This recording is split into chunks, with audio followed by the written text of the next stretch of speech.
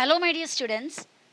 In this video, we are going to study our English lesson, Be a Good Listener.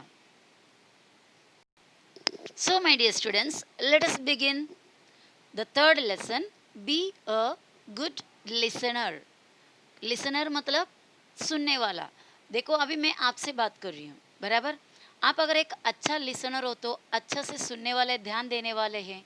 Means I am the speaker here and you are the listener. जब मैं बोलूँ तो मैं speaker हूँ, आप मेरा सुनते हैं तो you are the listener. Listening करना मीन्स ध्यान से सुनना. हियर विथ कंप्लीट केयर, या पूरे ध्यान से सुनने को कहते हैं लिसनिंग करना.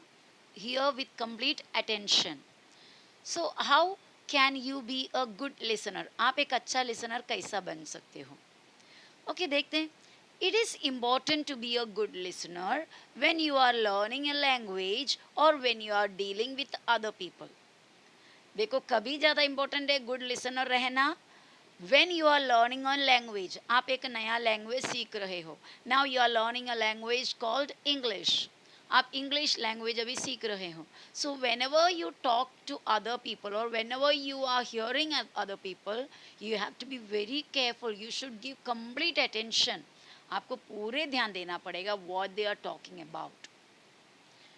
और when you are dealing with other people, और ऐसा टाइम पे यानी दूसरों के साथ कुछ डीलिंग, कुछ व्यवहार कर रहे हो, कुछ बात को डिस्कस कर रहे हो, that time also you should be very attentive. आपको बहुत ध्यान देना पड़ेगा.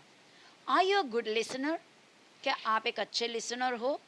You can find it out with the help of the following questions. आप ये कैसे पता चलोगे कि आपको कि आप एक अच्छे लिसनर हो?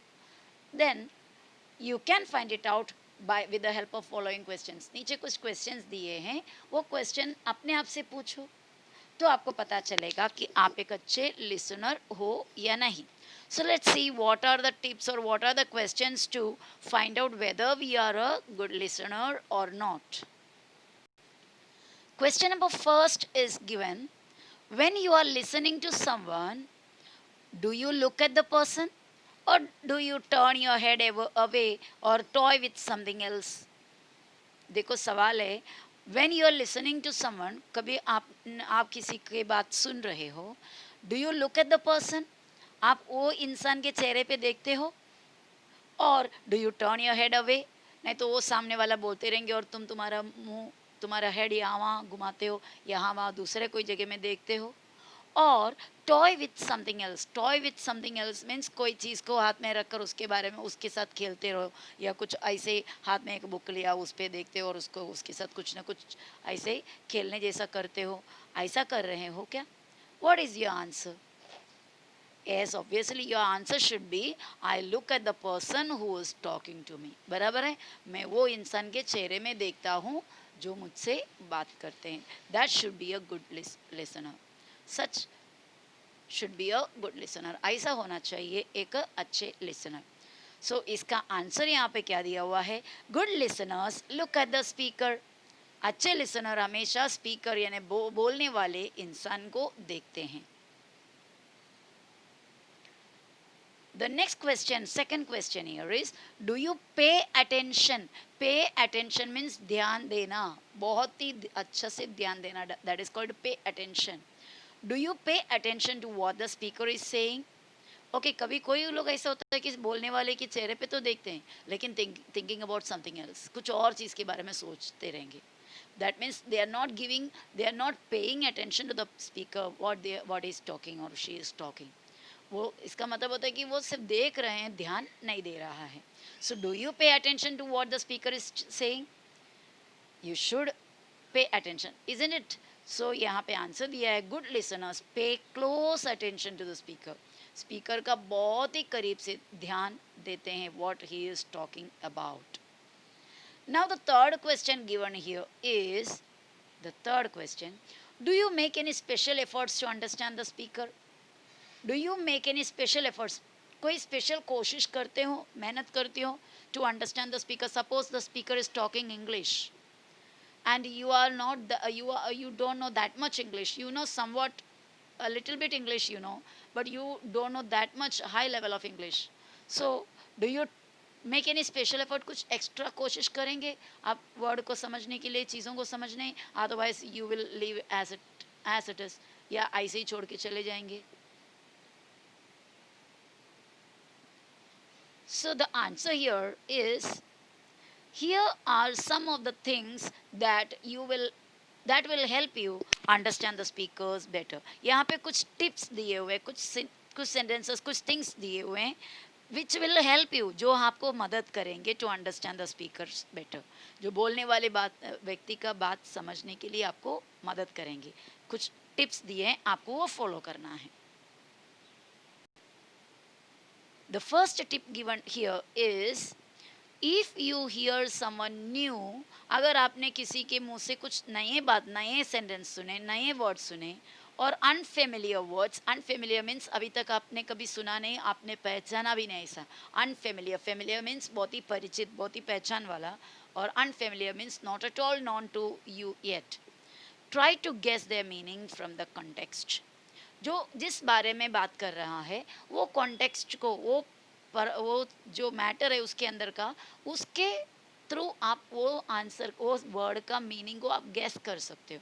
Sometimes suppose you are watching a cartoon which is in English, but वो जो कॉन्टेक्स्ट चल रहा है, उसके अंदर जो स्टोरी चल रहा है, वो स्टोरी के बेस पे आप वो जो वर्ड का मीनिंग आपको पता नहीं है, फिर भी वो वर्ड के मीनिंग आप गेसिंग कर सकते हो, अंदाज़ा तो लगा सकते हो. You can guess the meaning of the word, isn't it? So always try to guess the meaning of the word with the help of the context of the sentences, or context of the means the context whatever talking about, यानी जिस बारे में बात करते हैं वो context का meaning समझते हुए, वो context की मदद से you can find out or you can guess the meaning.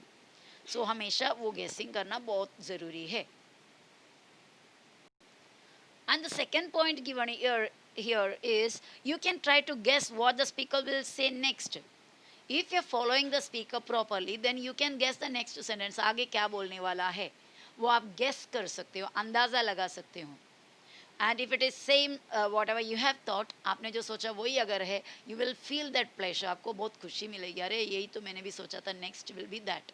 आगे वाला ऐसा ही होगा, है ना? So always guess, try to guess the next sentence of the speaker.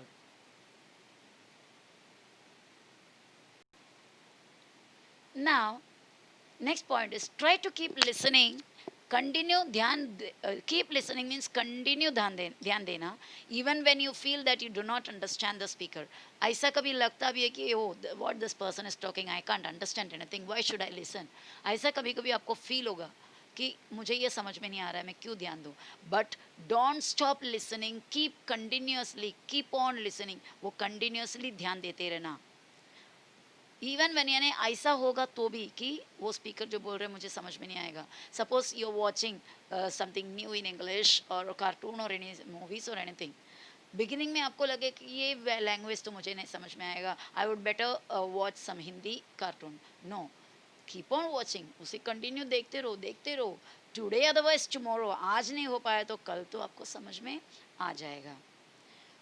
And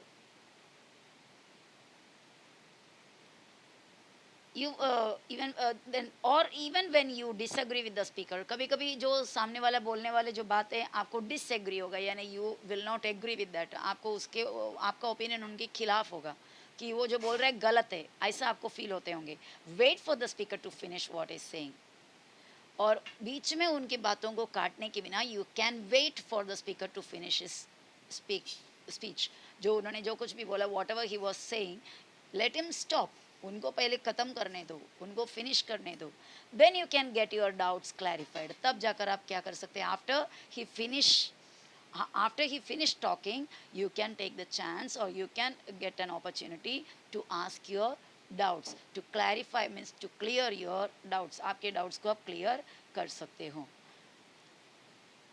But how you can clarify the doubts? By asking polite questions. Polite question means बहुत ही नम्रता से, एकदम humble तरीके से पूछना है, ऐसा घमंड से नहीं सवाल करना है, या that person is wrong so I am right, I can ask any question. So don't keep such an attitude. बहुत ही humbly, बहुत ही politeness के साथ you can ask the question and clarify your doubts.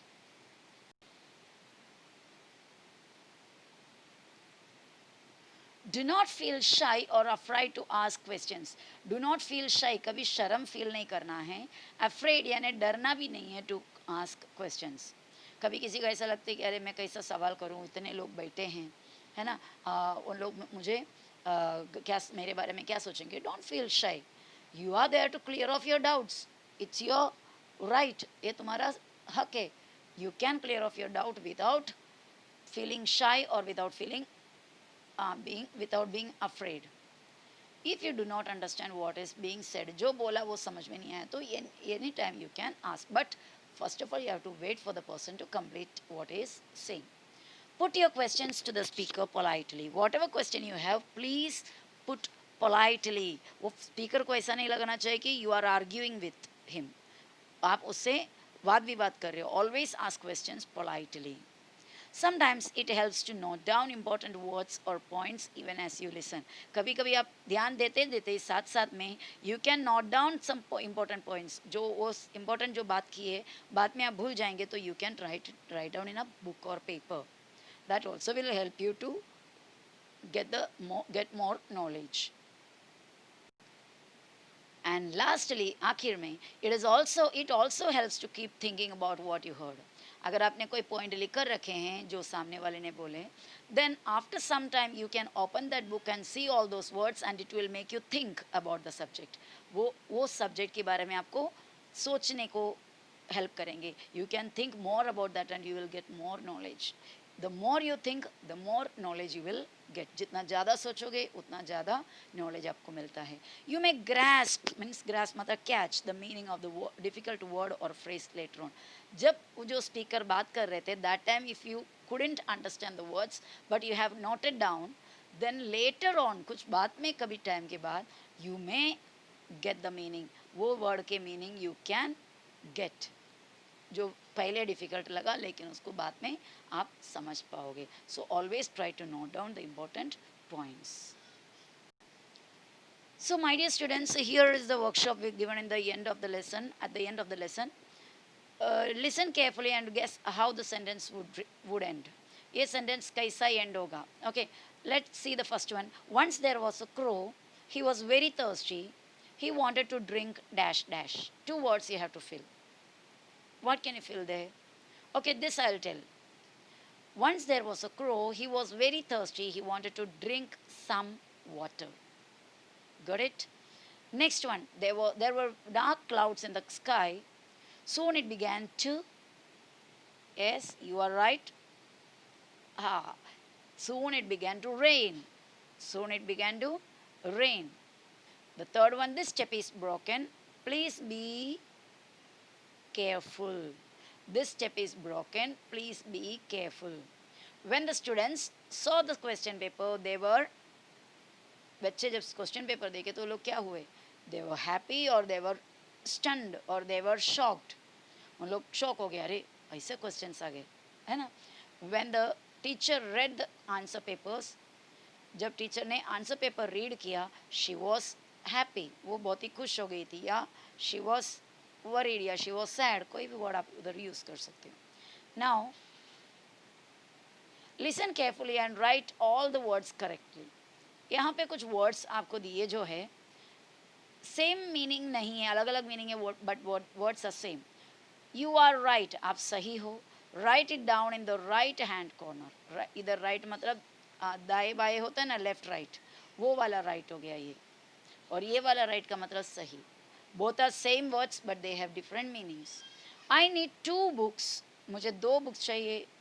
Me to, मुझे भी. I gave one to my sister.